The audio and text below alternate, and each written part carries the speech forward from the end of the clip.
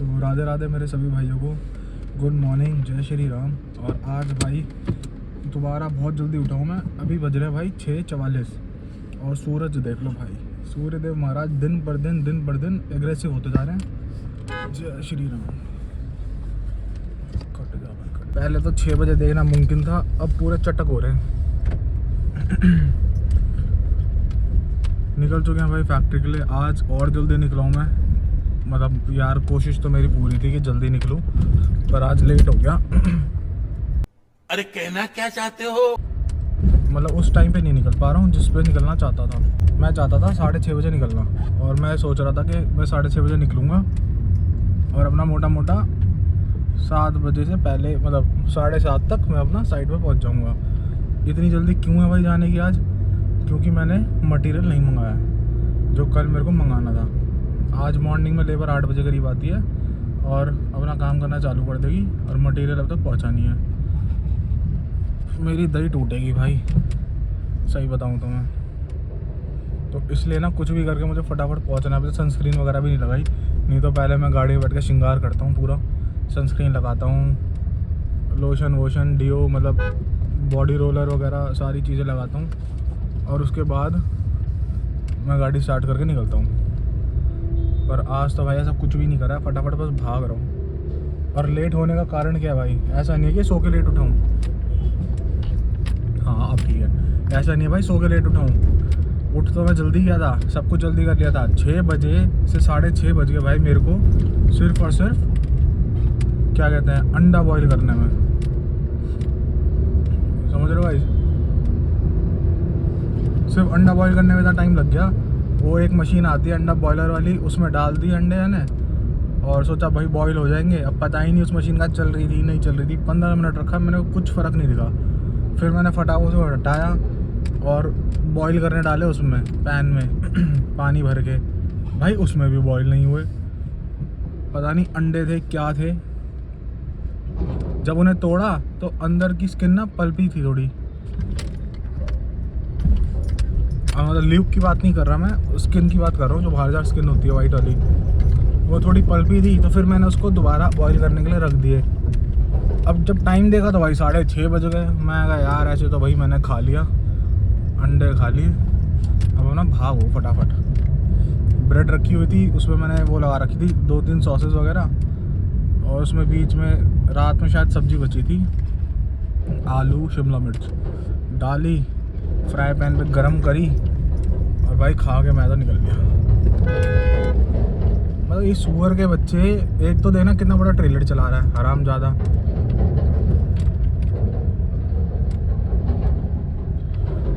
ये देखो भाई कितना बड़ा ट्रेलर चला रहा है ये देखो। एक सेकेंड, और पूरे रोड पे चला रहा है, ये नहीं कि साइड में चला लूं और निकलने दूं। ये देखो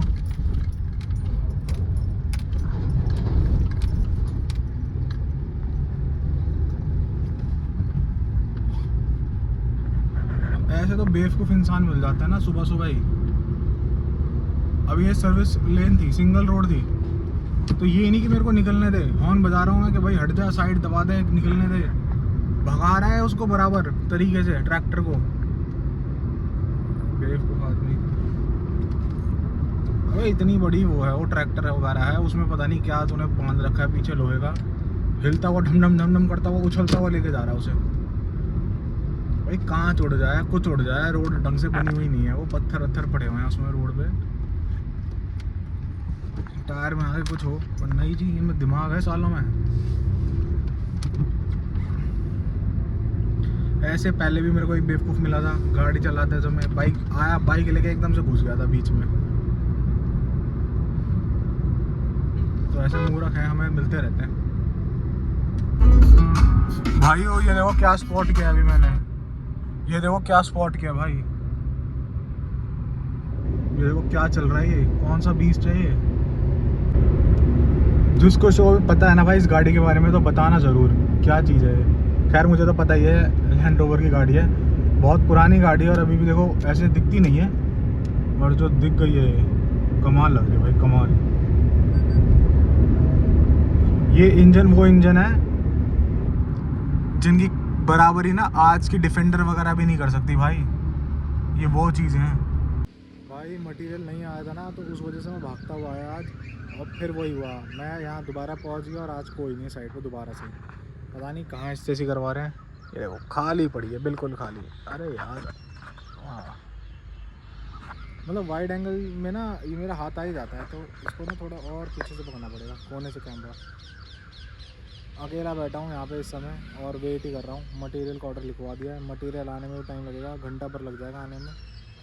अब ये लेबर आएगी, इतने खुदाई वुदाई करेगी। जो कल गड्ढे खोद के गए थे उसको पहले ठीक करेंगे, सेंटर में नहीं है वो, उसे सेंटर में करेंगे और उसकी सफाई वफाई करेंगे, छटाई ये सब भी करवाऊँगा इनसे। और यहाँ पे ना भाई बहुत सारी ईंटें पड़ी हुई हैं छोटी छोटी, जैसे यहाँ पे ईंटें पड़ी हैं।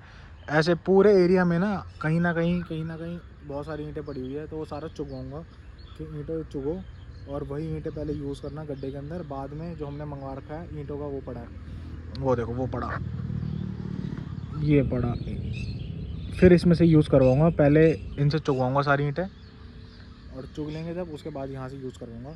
आज हमारे राकेश जी भी नहीं आए, गार्ड साहब हमारे चले गए। गार्ड तो बेचारे की यार ड्यूटी इतनी लंबी हो जाती है ना, अगर मैं ना हूँ यहाँ कोई टाइम सुना है तब तक यहीं बैठा रहता है। तो अब वो बाबूजी गए हैं, अब गए हैं, मतलब जब मैं आऊँ तब गए हैं।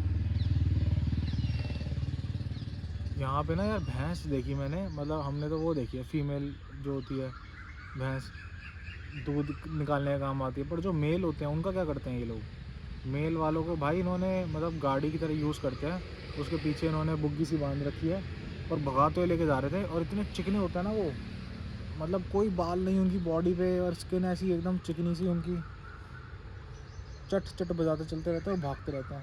तो यहाँ से बहुत सारे दिखते रहते हैं मेरे को रोड पे कि भागते हुए जा रहे हैं। सही रेस भी होती है यार इनकी गाँवों के अंदर, यहाँ पे भी गाँव में भी रेस होती है भैंसों की। मतलब रेस क्या करते हैं ये, ऐसे बड़ा ग्राउंड होता है, जैसे ग्राउंड है, देखो जैसे ग्राउंड है ऐसा बड़ा ग्राउंड होगा। इस बड़े ग्राउंड के अंदर ना पूरा पानी से भरा होगा, कीचड़ और पानी से भरा होगा, उसके अंदर भाग आते हैं ये सांड को, मतलब इसको भैंसे को। और रेस ऐसे होती है इनकी, जो जीतता है उसे।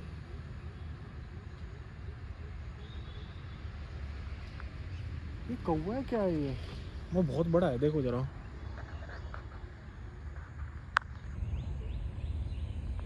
ये दिख रहा है, ये बैठा सा है कुछ, अरे चील है कौवा है क्या है, मतलब कुछ बड़ा है जो दिख रहा है साफ, मुझे तो साफ ही दिख ही रहा है। कैमरे में पता नहीं कितना आ रहा है, हाँ कैमरे में कुछ कुछ हद तक दिख रहा है। नहीं कौवा नहीं है भाई, चील है, ये चील भी नहीं है। कोयल वोयल तो, कोयल तो यार हमने देखी नहीं, हमें क्या पता कोयल होती वैसी, सही बताऊँ तो कोयल आज तक नहीं देखी, मतलब पता ही नहीं कैसी होती है कोयल, कैसी नहीं होती। हमारे फिर नकली ग्लासेस ये पहन लेता हूँ। धूप इतनी तेज़ है यार, आँखें ना दिख नहीं रही है, चौंध जैसा हो रहा है आँखों पे, जैसे चौंध आ जाती है ना फिर वो हो रही है। अभी ग्लास हाँ उड़ गया भाई, उड़ गया, मतलब कुछ तो था ये देखो उड़ता हुआ जा रहा भाई, मतलब कुछ बड़ी सी चीज़ थी। यहाँ पे ना स्विमिंग पूल है इस वाले एरिया में, और इस स्विमिंग पूल की ख़ास बात ये है, अरे हाँ भाई गड्ढे चेक करता हूँ, गड्ढे देखना बहुत ज़रूरी है, कहीं पानी तो नहीं भरा, या मतलब ठीक है ना। अगर पानी भर गया होगा तो फिर नुकसान क्या, उनकी मेहनत बढ़ जाए। भर गया क्या ओ भर गया पानी, भैंस की आँख, भर गया पानी, ये देखो लो। यही चीज़ नहीं चाहते थे कि इनमें पानी भर जाए, सालों में हो ही गया काम। ले भाई इन सब में भर गया है पानी, करवा लो भाई। अब भाई डैडी आएंगे या कोई भी आएगा ना तो बात सुनाएगा, 100 बातें सुनाएगा। अब ये पानी किस वजह से, बारिश की वजह से भरा है, बारिश आई है, क्या हुआ है। मुझे तो लग रहा है बारिश आई है, क्योंकि यार यहाँ पे देखो, यहाँ पे भी ना पानी समझ ही नहीं आ रहा, क्योंकि कहीं कहीं तो सूखा पड़ा है, कहीं कहीं ये क्या कहते हैं गड्ढों में पानी भरा हुआ है। जैसे वहाँ देखो, जैसे ये पूरा एरिया है, ठीक है, अब इस एरिया में पूरे में पानी भरा हुआ है, ये पूरे में पानी भरा है इस पैच में। अब पता नहीं इस पैच में पानी भरा है तो बारिश हुई है किस कारण भरा है। गड्ढे देखो यहाँ पे भी हुए हैं, ठीक है। अब ये गड्ढे सूखे हैं, ये वाले गड्ढे सूखे हुए हैं। या तो भाई पानी चलाया गया है इस वजह से भरा है। तो देखो मैं दिखाता हूँ आपको ये एरिया, ये देखो यहाँ पे भी पूरे में पानी भर रहा है। देखो ये भर रहा है, पूरे में पानी भरा हुआ है, पर गड्ढों में पानी नहीं भरा। तो इस खेत में पानी कहाँ से आया? मतलब कमाल सी चीज़ हो रही है, कुछ समझ ही नहीं आ रहा मुझे कि अगर भाई गड्ढे बारिश होती तो इन गड्ढों में पानी भरना चाहिए था। ये गड्ढे तो ऐसे पड़े हैं, इन गड्ढों में पानी होना चाहिए था भाई, इनमें तो पानी भरा नहीं। पर यहाँ भरा पड़ा है खेत में पानी, इसमें आया कहाँ से पानी?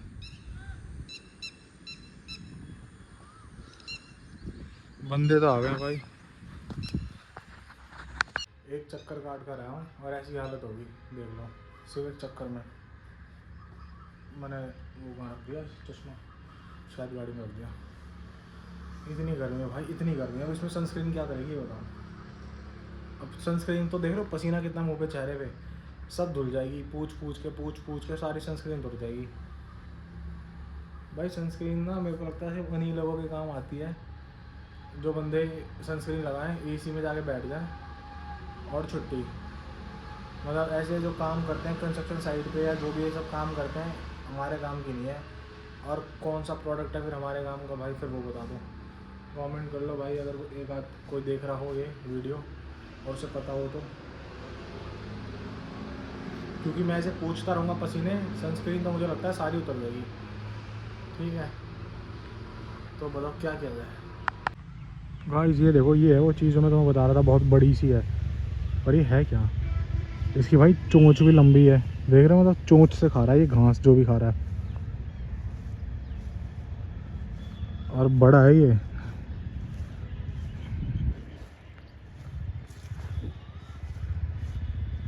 क्या आइटम है ये? जैसे चल रहा हूँ मैं वैसे ही बढ़ेगा आगे की तरफ। मुझे देख के रुक गया, देखो फिर बढ़ने लग गया। पता नहीं भाई क्या करिश्मा है, कुदरत का करिश्मा है। पेट्रोल की भाई समस्या ना सच में ज़्यादा होने लग गई है। अब पेट्रोल मिलना बंद हो गया। एक पंप है यहाँ पे, दिखाता हूँ मैं आपको, बिल्कुल सामने हमारे वो रहा, मतलब उस तरफ वो दिख रहा है। ये एरिया है, यहाँ पे पंप है, पेट्रोल पंप। पता नहीं नारायणा है, कौन सा ब्रांड है, ऐसी कोई करके ब्रांड है, उसका पंप है। तेल पानी बंद हो गया मिलना। बताओ कैसे बात बनेगी अगर पेट्रोल नहीं मिलेगा तो। और दिल्ली के बहुत सारे एरियाज़ में जगह जगह पे ना कोई फुल नहीं कर रहा टंकी, आधा लीटर दे रहे हैं, मतलब कम दे रहे हैं। 1000 का दे दिया, कहीं 2000 का दे दिया, उससे ज़्यादा नहीं दे रहे। ये हमारे भाई साहब इंस्पेक्शन करने आए थे, घूम रहे हैं आज। फिर करते रहते हैं छोटे मोटे काम। और ये जो मैंने अभी आपको दिखाया ना, ये बड़ी सी चीज़, पता नहीं क्या है क्या नहीं है। आज भाई अब तक राकेश भाई आया नहीं है। राकेश आए, लेबर को पानी चाहिए, यहाँ पानी का पता नहीं कहाँ मिलेगा, कैंपर वगैरह, ये भी बड़ी समस्या है। तो एक बारी मैं बात करता हूँ राकेश से और फिर इनके लिए कैंपर वगैरह का जुगाड़ करवाता हूँ।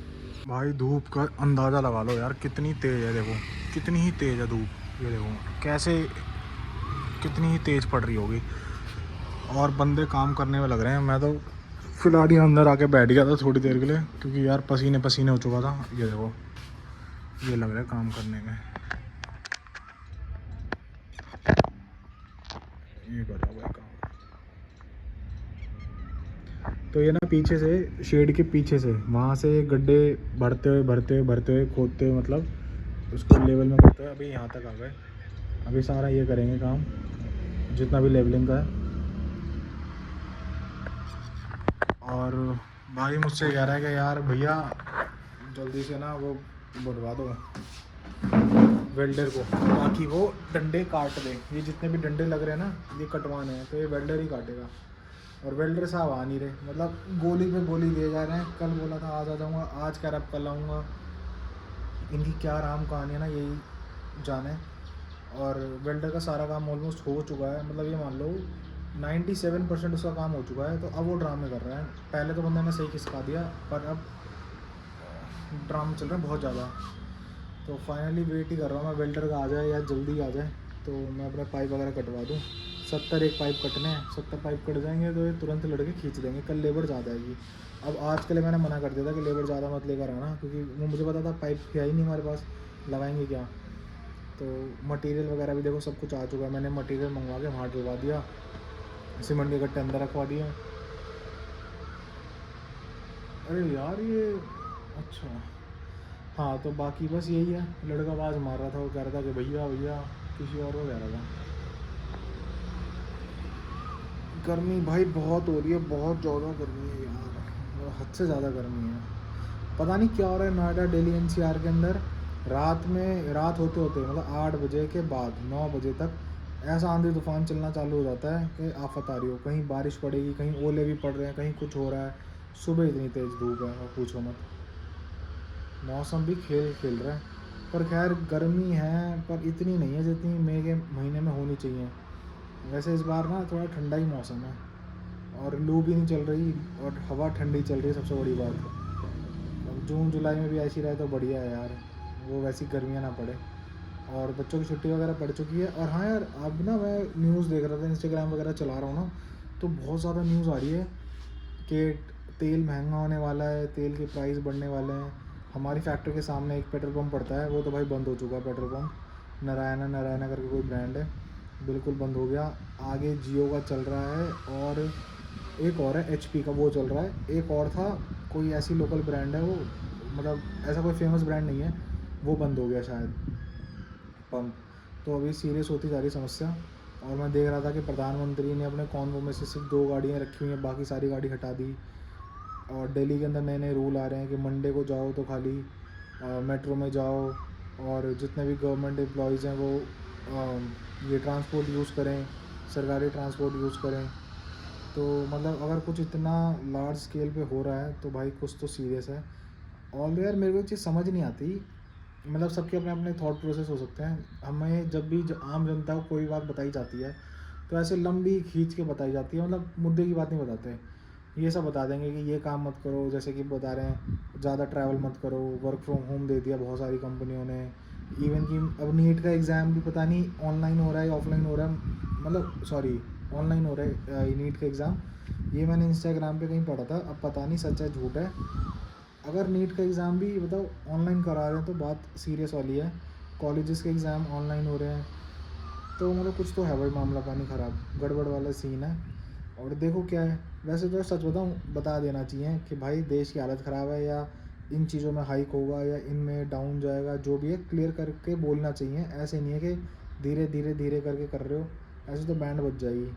ठीक है, अब आधे से ज़्यादा लोग सोचते हैं कुछ नहीं हो रहा, सब ठीक है। आधे से ज़्यादा सोचते हैं कि चलो भाई हम भर के रख लेते हैं, तो बेकार वाली बात है। थोड़ा पैनिक हाँ हो सकता है कि जैसे कंट्री के अंदर पैनिक सिचुएशन ना आए, इस वजह से ये लोग नहीं बता रहे, पर बता देना चाहिए। अगर कुछ सीरियस होने वाला है तो वो ज़्यादा बेटर रहता है।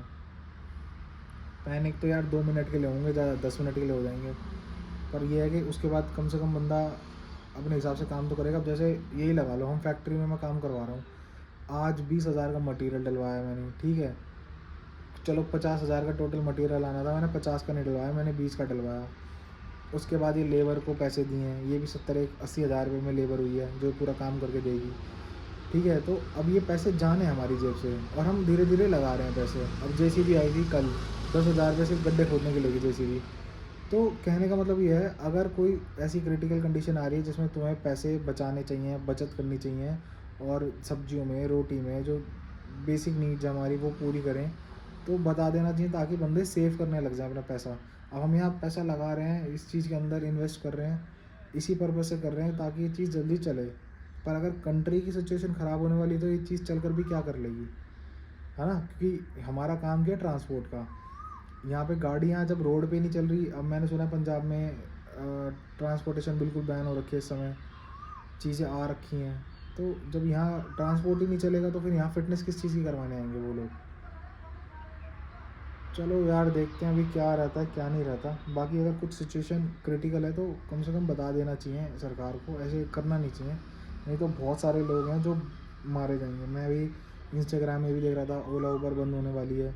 महाराष्ट्र की तरफ तो बता रहा था इम्पैक्ट आना चालू हो चुका है, ओला उबर बिल्कुल बंद हो चुकी है।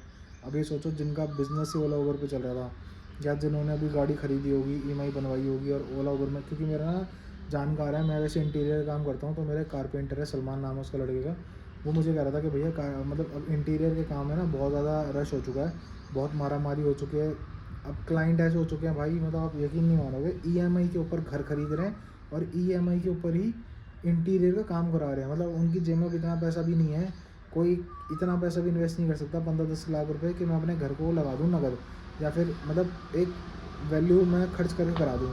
अब उसकी भी ईएमआई बनवा रहे हैं। अब बड़ी बड़ी कंपनी जैसे होम लेन है और तुम्हारा डी लाइफ करके है, एक होम क्रिएशन करके है, लिव स्पेस हर कोई जानता ही है। तो इन कंपनियों ने क्या कर रखा है, ईएमआई सिस्टम खोला हुआ है। तो इन कंपनियों के पास कभी काम की कमी नहीं होती। पर जो लोकल ठेकेदार है, लोकल वेंडर्स है, जैसे मैं भी काम करता हूँ, और हम लोग ईएमआई पे तो काम करते ही नहीं, हम तो सीधा कैश पे काम करते हैं। तो यार इसके अंदर ना बहुत ज़्यादा ना कंपटीशन बढ़ चुका है। फिर एक तो ईएमआई वाला चक्कर आ गया, ठीक है। अब जो हमारे पास बची कुछ जनता है जो अपना पैसा खर्च करना चाहती है, डायरेक्ट लगाना चाहती है, वो कम से कम में लगी रहती है कि कम से कम कितना हो जाए। तो ऐसे करके ना इंटीरियर के काम में बहुत दिक्कत आ रही थी और आनी चालू हो गई थी। तो मेरा कारपेंटर था, उस बंदे ने क्या करा, उसने अभी अभी गाड़ी निकलवाई है और उसने बोला कि भैया अब तो मैं टैक्सी चलाऊँगा, ओला उबर चलाऊँगा और अपनी वैसे ही टैक्सी चला लिया करूँगा। उससे ज़्यादा पैसे, मतलब जितने मैं इंटीरियर में कमाता हूँ इतने ही पैसे मैं इसमें भी कमा लूँगा काम में। और इंटीरियर में क्या कह रहा था, कोई ठेकेदार हराम ज़्यादा निकल गया ना तो वो पैसे मार लेता है लेबरों के बेचारी के, और कुछ कर भी नहीं सकते, सारा कैश का काम होता है, कोई लिखत पढ़त नहीं होती। तो कह रहा भैया हमारे तो पैसे मर भी जाते हैं कई बार, तो इससे अच्छा कि जो है अपना ओला उबर चलाएंगे और बढ़िया पैसे कमाएंगे और कम से कम नकद का तो कमाएंगे। अब मैं ये सोच रहा था यार, जब ये ओला उबर बंद हो रही है, सब टैक्सी बंद हो रही है, अब उस बंदे ने गाड़ी ईएमआई पे निकाली है तो ईएमआई कैसे भरेगा, क्योंकि सोर्स ऑफ इनकम तो वही है मेन, ओला उबर वाला। और ऐसे पता नहीं कितने भाई होंगे जिन्होंने बाइक परचेज़ कर रहे हैं, गाड़ियाँ परचेज़ कर रहे हैं, ओला उबर में लगा रहे हैं, चला रहे हैं, तो भाई उनकी तो दुर्गति हो जाएगी।